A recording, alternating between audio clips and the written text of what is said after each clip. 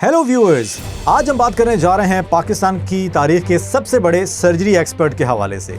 Surgery का नाम सुन के आप सब समझ गए होंगे, बिल्कुल आप सही समझे हैं। हम बात कर रहे हैं डॉक्टर मोहसिन नकवी के हवाले से। डॉक्टर मोहसिन नकवी जब से पाकिस्तान क्रिकेट बोर्ड का ओहदा उन्होंने संभाला, उसके बाद उन्होंने वो फैसले किए जिसकी यकीनन जो है वो ना तो मुझे समझ में आई हुई है और ना बहुत सारे क्रिकेट फैंस को समझ में आई होगी। बात करते हैं उनकी उन सर्जरीज़ के हवाले से जो उन्होंने टाइम टू टाइम की हैं। मैं अगर उनकी अपॉइंटमेंट की तरफ लेकर चलूँ आपको, तो फरवरी 2024 में ये बाकायदा तौर पर चेयरमैन पाकिस्तान क्रिकेट बोर्ड बनते हैं। आपको याद होगा इनका सबसे पहला जो फैसला था वो पाकिस्तान क्रिकेट टीम को काकुल कैंप भेजना था। वहाँ पर टीम जाती है, बड़ी ज़बरदस्त ट्रेनिंग होती है, लेकिन उस ट्रेनिंग में 3 प्लेयर्स जो है उनकी इंजरीज़ की न्यूज़ सामने आती है।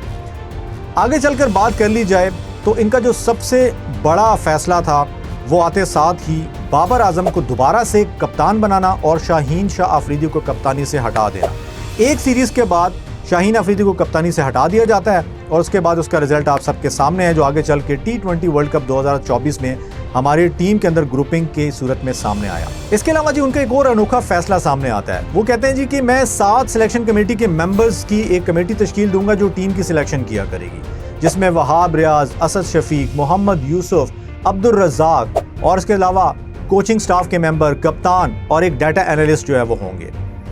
इसके साथ साथ आगे चलकर वर्ल्ड कप से पहले एक और अनोखी चीज़ सामने आती है जब वो 2 नए कोचेस को मिन्नतें करके जो है वो पाकिस्तान टीम के साथ शामिल करते हैं, जिसमें एक गैरी क्रिस्टन और दूसरे जेसन गिलिस्पी होते हैं। वर्ल्ड कप में पाकिस्तान टीम की नाकामी सामने आती है बुरे तरीके से। हम इंडिया से शदीद बुरे तरीके से हार जाते हैं, हम USA से जो है वो हार जाते हैं और पाकिस्तान क्रिकेट टीम के डाउनफॉल की एक अनोखी दास्तान जो है वो लिखी जाती है। बाय द वे, डाउनफॉल की जहाँ पर बात होती है तो हमारे पॉडकास्ट विद इमरान नज़ीर में आप पाकिस्तान क्रिकेट के डाउनफॉल की रीजंस भी जान सकते हैं। ये ऊपर लिंक आपके सामने आ रहा है, इस पर क्लिक कीजिए और पूरी वीडियो देखिए। वर्ल्ड कप दोस्तों अभी चल ही रहा होता है, इंडिया से शिकस्त होती है और डॉक्टर साहब जो है वो ऐलान करते हैं कि पाकिस्तान क्रिकेट टीम को एक सीरियस किस्म की सर्जरी की ज़रूरत है। ये टर्म वो कह तो देते हैं और कहते हैं जी कि मैं इस बीमारी का इलाज करके रहूँगा, लेकिन आगे क्या होता है जी, इसका शिकार सिर्फ 2 बंदे होते हैं। सिलेक्शन कमेटी में वहाब रियाज और अब्दुल रज़ाक को right before from world cup remove कर दिया जाता है। सिर्फ ये नहीं कि पाकिस्तान T20 वर्ल्ड कप में बुरे तरीके से हारता है, बल्कि newly appointed coach Gary Kristen Pakistan cricket team की यूनिटी के ऊपर ऐसी बात करते हैं कि सब हैरान हो जाते हैं और वो रिवील करते हैं कि पाकिस्तान क्रिकेट टीम के प्लेयर्स जो है वो शायद टीम के लिए नहीं खेल रहे थे और ये टीम लग ही नहीं रही थी।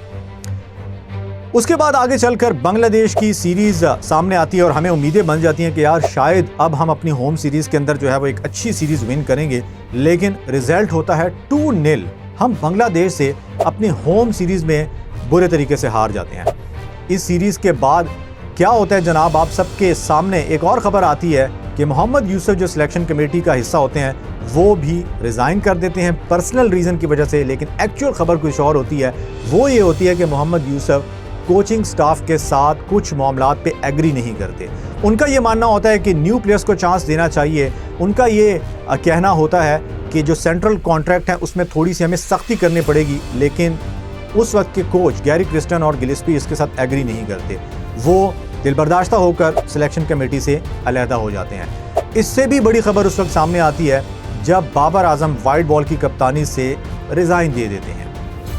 आगे चलकर इंग्लैंड के खिलाफ पाकिस्तान की टेस्ट सीरीज आती है होम कंडीशन में। पाकिस्तान मुल्तान टेस्ट खेलता है और बहुत ही बुरे तरीके से एक दफ़ा फिर से हम इंग्लैंड से हार जाते हैं। सिर्फ एक टेस्ट मैच हारने के बाद एक दफ़ा फिर से एक बड़ी सर्जरी हो जाती है और इस मरतबा हैरानकुन तौर पर आकिब जावेद, अलीम डार और उनके साथ साथ अज़हर अली को सिलेक्शन कमेटी का हिस्सा बना दिया जाता है।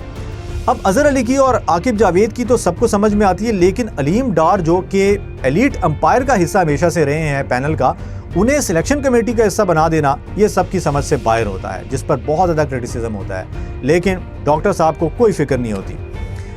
इंटरेस्टिंगली ये डिसीजन इतना ज़बरदस्त साबित होता है, आकिब जावेद जो कि आते साथ ही सबसे पहले पाकिस्तान की होम एडवांटेज का फ़ायदा उठाने के लिए स्पिन फ्रेंडली विकेट्स बना देते हैं, जो पाकिस्तान के लिए ज़बरदस्त साबित होता है। पाकिस्तान अगले दोनों टेस्ट मैचेस जो है वो जीत जाती है और सीरीज 2-1 से विन करके शायद एक कौम को खुशी दे देती है।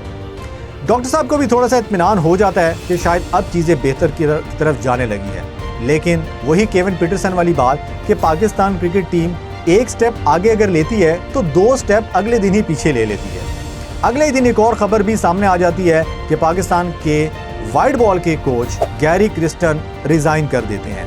खबरें ये सामने आती है कि गैरी क्रिस्टन और पाकिस्तान क्रिकेट बोर्ड के दरमियान ठनी होती है। पाकिस्तान क्रिकेट बोर्ड के साथ उनके जो कॉन्ट्रैक्ट साइन हुआ होता है, कहा ये पाकिस्तानी मीडिया में जाता है कि वो उस कॉन्ट्रैक्ट पे पूरा नहीं उतर रहे, वो पाकिस्तान क्रिकेट टीम को प्रॉपर टाइम नहीं दे रहे और वो सिलेक्शन में शायद बहुत ज़्यादा मदाखलत कर रहे हैं। और एक और भी बहुत बड़ी खबर पाकिस्तान के former test cricketer Basit Ali reveal करते हैं, जो कहते हैं कि शायद मोहम्मद रिजवान को वाइड बॉल का कप्तान बनाना ये उन्हें एक आंख नहीं भाया, जिसकी वजह से उन्हें रिज़ाइन देना पड़ा। तो ये सारी सर्जरीज उनके दौर में मुतवातिर होती रही हैं। क्या मोहसिन नकवी आगे चलकर पाकिस्तान क्रिकेट टीम को एक प्रॉपर डगर के ऊपर ले चलेंगे या नहीं, इस पर आप भी कमेंट कीजिए और उनके इस ओहदे के साथ इंसाफ वो कर रहे हैं या नहीं, ये ज़रूर आप बताइए कमेंट सेक्शन में। अपना ख्याल रखिए, स्पोर्ट्स जून को सब्सक्राइब कीजिए। अल्लाह हाफिज़।